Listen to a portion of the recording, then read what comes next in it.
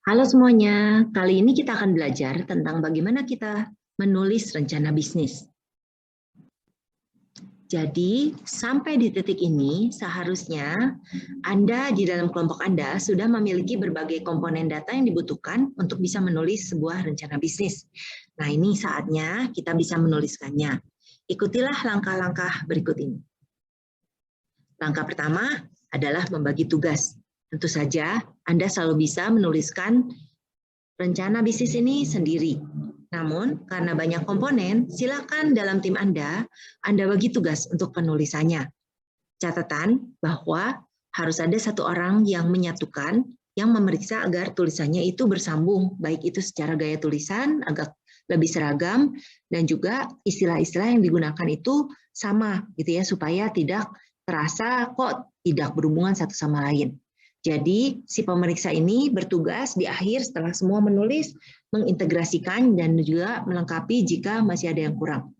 Silakan kalian sepakati dulu di depan, dan di sini ada template yang Anda bisa gunakan. Nanti saya akan jelaskan di bagian akhir dari presentasi ini.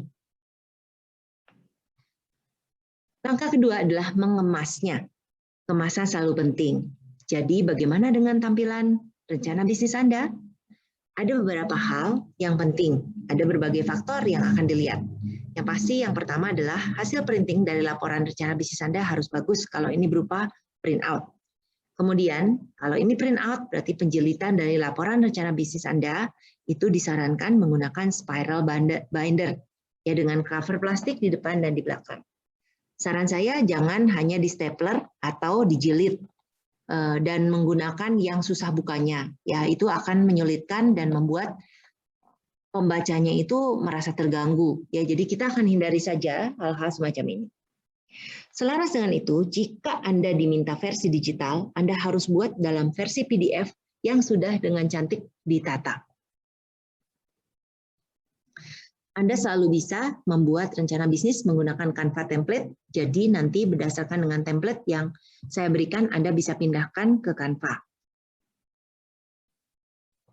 Lalu Anda juga selalu bisa menggunakan Microsoft Word template, silakan, ini sudah ada fitur-fiturnya, sekalian Anda berlatih untuk bisa menggunakannya nanti kalau Anda juga mengerjakan laporan KP dan tugas akhir. Langkah ketiga adalah Anda perlu mengatur layout dan konten.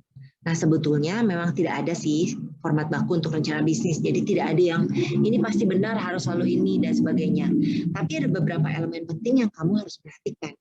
Yang pertama adalah untuk elemen cover. Itu harus ada isinya sebagai berikut, yaitu nama perusahaan, alamat, nomor telepon, tanggal versi rencana yang disiapkan, dan juga lengkapi dengan alamat web dan kontak person dengan email dan nomor telepon. Lalu di halaman title atau halaman judul, yaitu halaman setelah halaman cover, ini biasanya mengulang informasi di cover dengan tambahan nama pendiri dari perusahaan. Satu hal yang penting adalah Anda harus bisa melindungi diri Anda. Sebelum menunjukkan atau mendiskusikan rencana bisnis Anda dengan siapapun di luar organisasi Anda perlu mempertimbangkan orang tersebut menandatangani NDA atau Non-Disclosure Agreement. Ini artinya kalau bahasa Indonesia perjanjian kerahasiaan. Ya, NDA atau Confidentiality Agreement ini dimaksudkan agar rencana bisnis ini diperlakukan sebagai rahasia usaha atau trade secret. Nah, jadi di salah satu template yang saya sarankan itu sudah ada juga non-disclosure. Kalian bisa lihat dan nanti kalian bisa coba untuk buat untuk kepentingan Anda sendiri. Komponen berikutnya yang harus diberitakan dalam layout itu adalah eksekutif rangkuman eksekutif atau eksekutif summary. Nah, berapa sih banyaknya? Idealnya hanya satu halaman dan tidak lebih dari 2 halaman. Ini letaknya biasanya persis di belakang halaman judul atau title page. Isinya biasanya sebagai berikut, yaitu singkat-singkat saja per paragraf, yaitu kondisi perusahaan saat ini, segi kesiapan pasar, posisi penjualan, kesuksesan, kalau memang ini udah berjalan ya, key staff-nya siapa aja, kemudian produk atau jasa yang akan dijual, ke siapa ya dijualnya, detail keuntungan kompetitifnya, keunggulan kompetitifnya apa sih kelebihan produk Anda atau jasa Anda. Selanjutnya, alasan mengapa customer butuh produk atau jasa ini, dan juga proyeksi pertumbuhan pasar.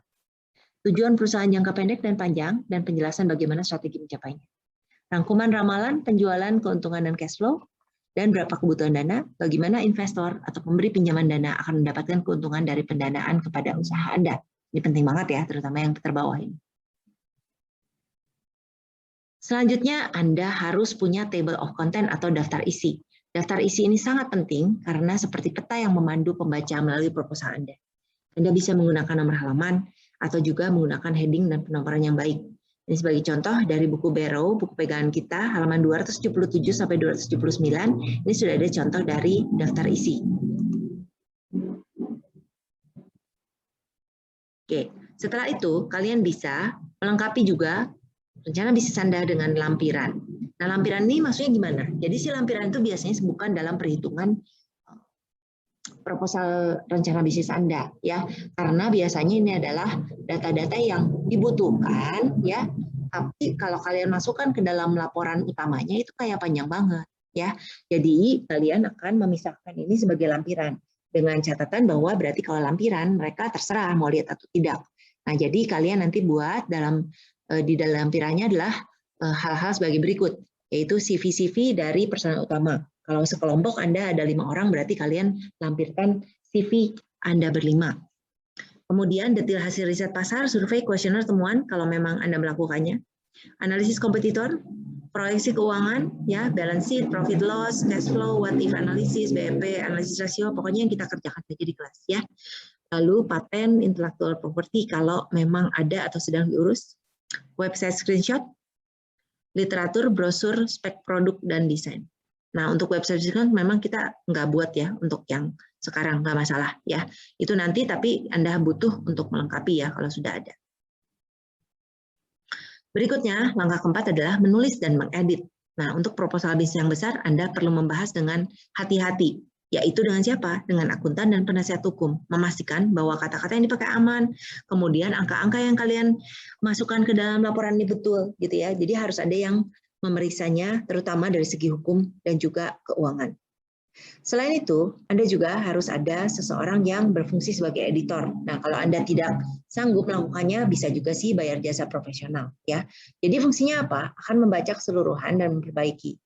Lebih baik tidak ada salah ketik, tidak ada salah tata bahasa, harus lengkap, jelas, singkat, tapi lengkap. Acuan mudahnya apa? Nah, untuk bisnis plan, bodinya aja ya, jadi tidak termasuk lampiran, itu hanya 20-40 halaman saja maksimum. Nah, kenapa? Karena investor tidak punya waktu loh untuk membaca terlalu banyak halaman. Kalau perlu, kita taruh aja detail-detail tersebut untuk di lampiran. Dalam arti, seperti yang saya sudah sebutkan, kalau di lampiran berarti tidak harus dilihat, itu aja.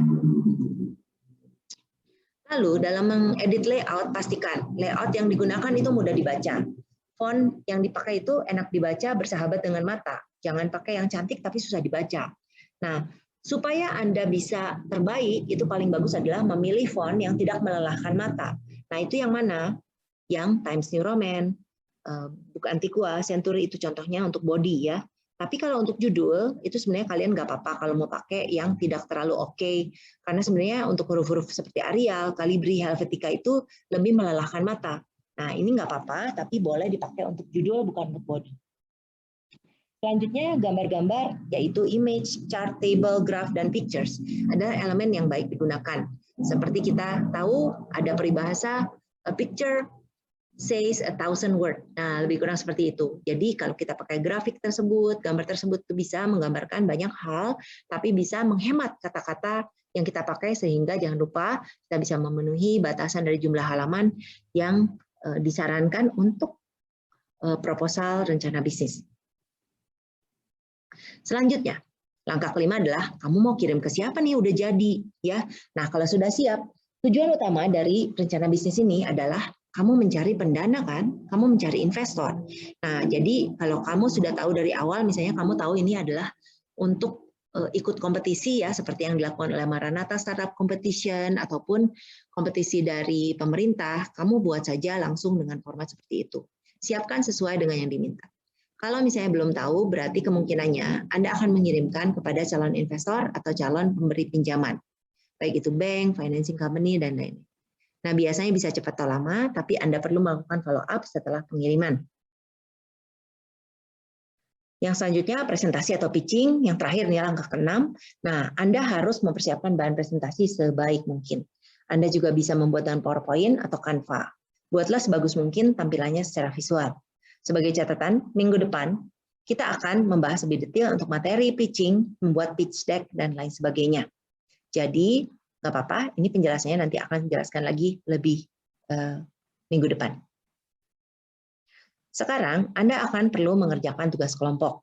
Jadi, kan Anda sudah punya semua data yang Anda kerjakan sebelumnya. Sekarang susunlah dokumen rencana bisnis Anda. Terdapat banyak template, kamu bisa pilih. Ada juga yang bernama preferred business plan template. Ini boleh saja kalian pakai ini karena itu preferensi saya. Mungkin formatnya udah enak. Tapi jangan lupa ya, kalian ingat juga waktu itu saya di awal sudah mengingatkan Anda bisa membuat proposal ini untuk mengikuti startup competition di Maranatha ataupun yang dari pemerintah. Tapi karena jadwalnya nggak keburu, kita akan buat supaya kamu bisa masukkan di tahun depan. Ya, jadi kalian harus juga memperhatikan kembali ya untuk template yang diminta dari kompetisi Maranatha Startup dan juga kompetisi dari pemerintah. Nanti saya akan tempelkan kembali di CLS untuk dua format ini supaya kalian tidak lupa. Kalian akan saya minta membuat dalam bahasa Indonesia, ya, karena kalau bahasa Inggris berarti kalian akan tambah lagi nih level kesulitannya.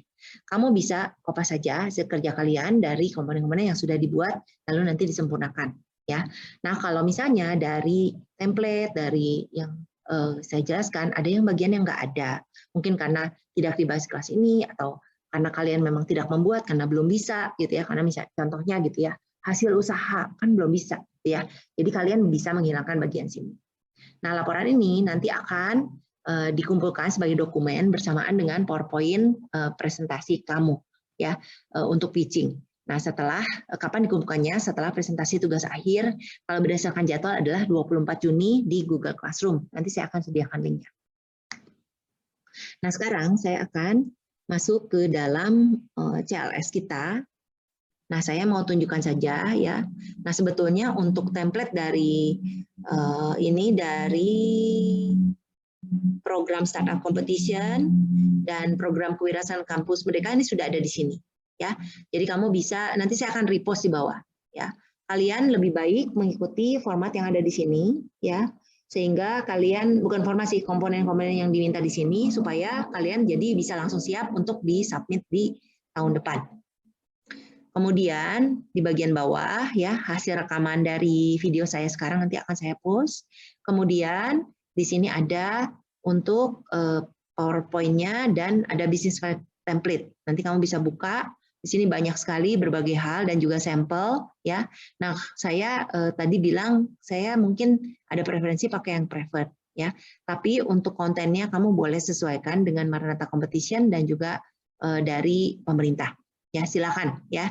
Good luck. Pokoknya saya tidak membuat, saya memperbolehkan kalian untuk lebih kreatif dan juga fleksibel. Namun pada saat yang sama saya ingatkan lebih baik kalian membuat mengacu pada permintaan yang untuk Maranatha Startup dan juga untuk program kewirausahaan dari pemerintah ya, supaya apa? Supaya kalian bisa submit di tahun depan ya.